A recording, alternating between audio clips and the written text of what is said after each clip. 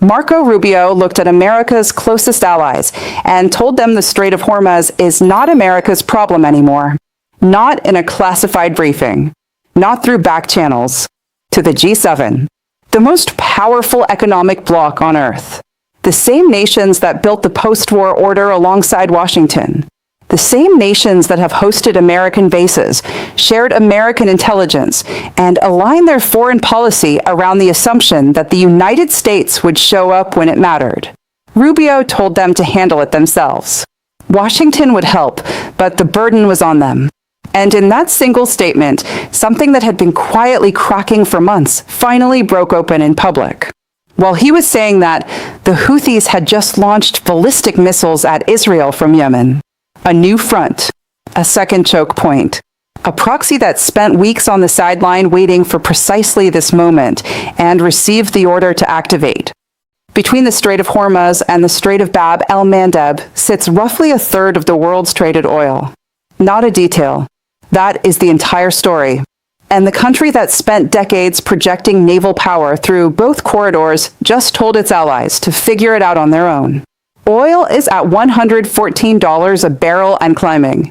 The S&P 500 is at a 232-day low. Mortgage rates are heading for record highs. And Donald Trump was at a podium in Miami cracking jokes about renaming a waterway after himself.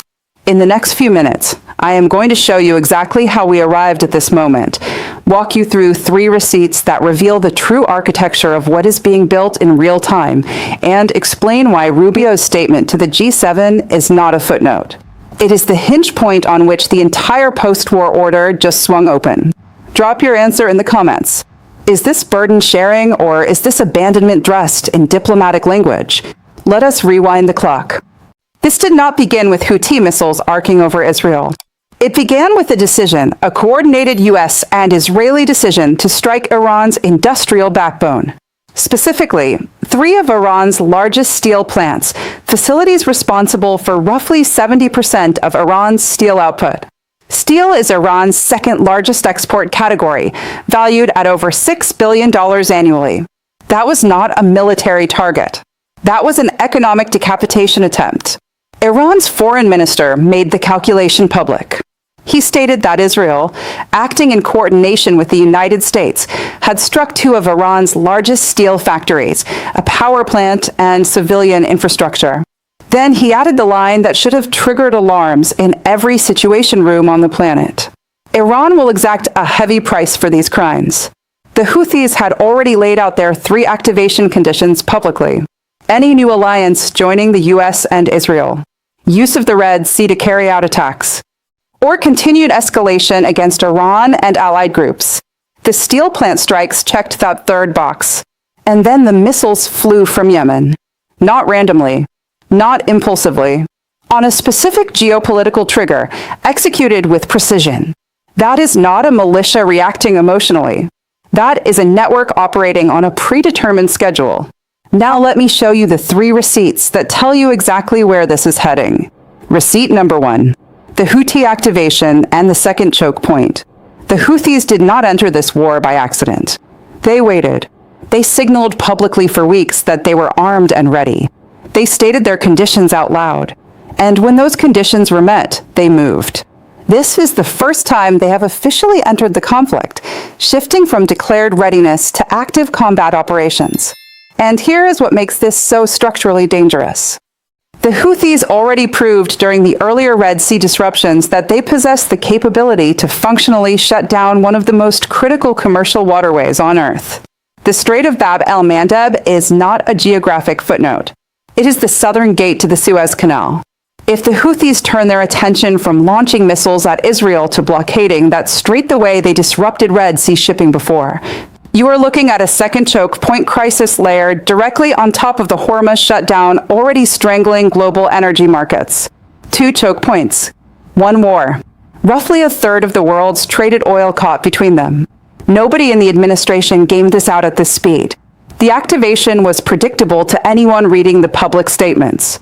The conditions were stated openly. The network was visible. And Washington walked into it anyway. Receipt number 2. The Riyadh strike and the casualty truth. While Trump was hosting Saudi business leaders in Miami, Iran launched a ballistic missile strike against a U.S. military base in Riyadh. At least 12 American soldiers were injured, 2 seriously. A separate incident from the previous week involved 14 additional personnel at the same or a nearby facility. The total injured now exceeds 300, a figure that, given this administration's documented pattern of minimizing casualty disclosures, appears likely to be conservative. The head of Iran's parliament stated it plainly. How can the United States, which cannot even protect its own soldiers at its bases, protect anyone else's soil? That is not rhetoric. That is a strategic message aimed at every U.S. ally hosting American forces. And the Pentagon's silence in response was not restraint. It was an admission that no answer exists. Receipt number 3. The Hormuz toll system and Rubio's surrender. This is the most consequential development of this entire conflict and the one receiving the least coverage in proportion to its significance. Iran does not merely control the Strait of Hormuz. Iran is operating it as a toll booth. Countries aligned with Iran or willing to negotiate bilaterally pay a fee, and their tankers pass. Thailand recently completed a bilateral negotiation and has been moving tankers through on a pre-approved route. Countries allied with the United States or refusing to negotiate, their ships do not move. 25% of the world's oil exports flow through that corridor every single day. Iran has converted the most critical energy choke point on Earth into a revenue-generating checkpoint and a diplomatic instrument simultaneously. And then Marco Rubio stood before G7 leaders and told them the Strait of Hormuz is not America's problem anymore. He said European allies need to handle it themselves. Washington would help, but the burden was on them. Pause on that for one moment.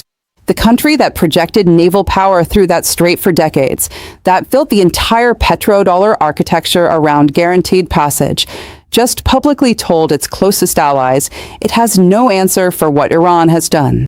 That is not burden sharing. Burden sharing happens before the crisis, when everyone agrees on the architecture together. What Rubio described is something else. It is a superpower discovering in real time that its leverage over a critical waterway has been transferred to an adversary, and telling its allies to negotiate with that adversary directly because Washington cannot solve it.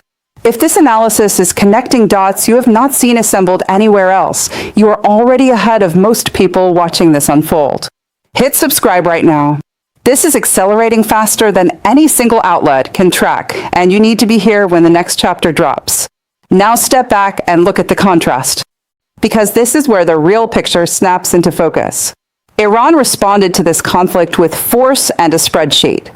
While the Trump administration focused on bombing steel plants and declaring victories from podiums, Tehran was quietly building a network of leverage points that no single military strike can dismantle. Iran activated the Houthis at the precise moment of maximum strategic impact. It seized the Strait of Hormuz and converted it into a bilateral negotiation instrument generating revenue.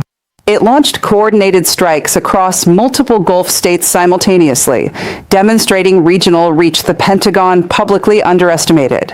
And it laid out non-negotiable terms that tell you exactly where it believes the leverage sits.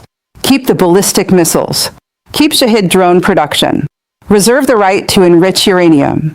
Full reparations for war damages.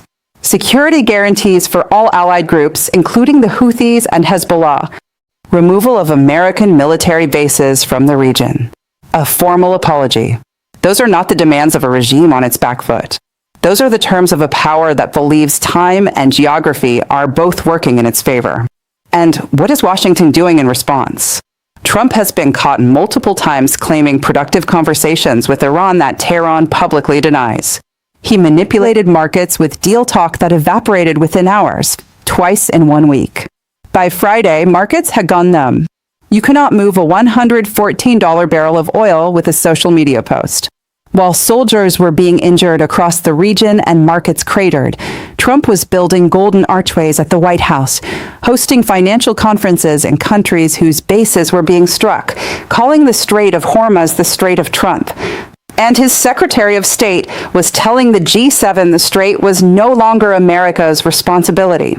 You do not fight a multi-front war with ego and construction projects. You need a strategy. And the evidence of one is absent. So, what does this mean for you? Oil at $114 is the floor beneath every price in your life. Gasoline, heating, groceries. The S&P at a 232-day low is retirement accounts and hiring plans being repriced simultaneously. And once Thailand's bilateral deal with Iran is visible to every energy-dependent economy watching, the calculation changes. South Korea watches. Japan watches. Every country calculates whether its strategic relationship with Washington is worth being on the wrong side of that toll booth. Once those arrangements form, they do not unwind. The new routes become the new normal. The architecture of global energy does not reassemble around Washington simply because the shooting stops. Where does this go from here? 3 paths. Scenario 1 is managed de-escalation. Back-channel negotiations produce a framework that gives Iran enough of its stated demands to pause operations. The Houthis stand down. The Strait of Hormuz reopens under some international arrangement. Markets stabilize partially. Both sides declare a version of victory. But even in this best case, the structural transformation is locked in. Iran's toll booth precedent has been established. The Houthi activation capability has been demonstrated. Thailand's bilateral deal has been completed. The G7 has been told the Strait is their problem. None of those facts unhappen because diplomats shake hands. Scenario 2, as analysts examining these dynamics assess, is regional realignment accelerating. Other nations follow Thailand. Bilateral arrangements with Iran multiply across Asia and the global south. Gulf states hedge with increasing aggressiveness between Washington, Beijing, and Moscow. European allies, told explicitly to handle the Strait themselves, accelerate independent defense frameworks and energy partnerships that route around American dependency. The United States remains the largest military power on Earth. But it is no longer the unquestioned center of the energy and security architecture it built. It becomes one option among several. And in a world with options, the terms change permanently. Scenario 3 is the one nobody wants to name out loud. The Houthis move from launching missiles at Israel to actively blockading Bab el-Mandeb. 2 choke points close simultaneously. Oil surges past $150. The Marine Expeditionary Units, the 82nd Airborne, and the carrier groups now converging on the region are used in a ground operation. Iran responds with everything it has not yet deployed. Casualties mount beyond any number the administration can manage narratively. NATO fractures under forced choices no government was prepared to make. This scenario is not inevitable. But the current trajectory, no diplomacy, no coherent off-ramp, a Secretary of State telling allies to handle it themselves, a president naming straits after himself while bases burn, points toward it with increasing directness every day. Here is what I know with certainty. The relationship between American naval power and guaranteed passage through these waterways will not look the same after this conflict. Even if every missile stopped tonight, the lesson has already been absorbed by every capital watching. The United States told its closest allies to handle the world's most important energy corridor themselves. Iran proved it could charge tolls on 25% of the world's oil supply. The Houthis proved a second choke point was available on demand. And a country that built its global influence on the credibility of showing up publicly announced it was stepping back from the most visible test of that credibility in decades. When the side absorbing strikes gets stronger with every hit, when the side launching strikes gets told by its own Secretary of State that the problem is not its responsibility, you are not winning a war. You are funding one for the other side. Did Iran outmaneuver the most powerful military on Earth, or did Washington hand Iran the blueprint through its own decisions?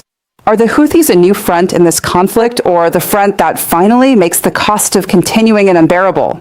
And when Rubio told the G7 to handle the Strait themselves, was that a negotiating position, or was it the moment the whole world understood that the old order was already gone? Drop your answers in the comments. I read every single one. Subscribe because the next chapter, Bab el-Mandeb closing, the next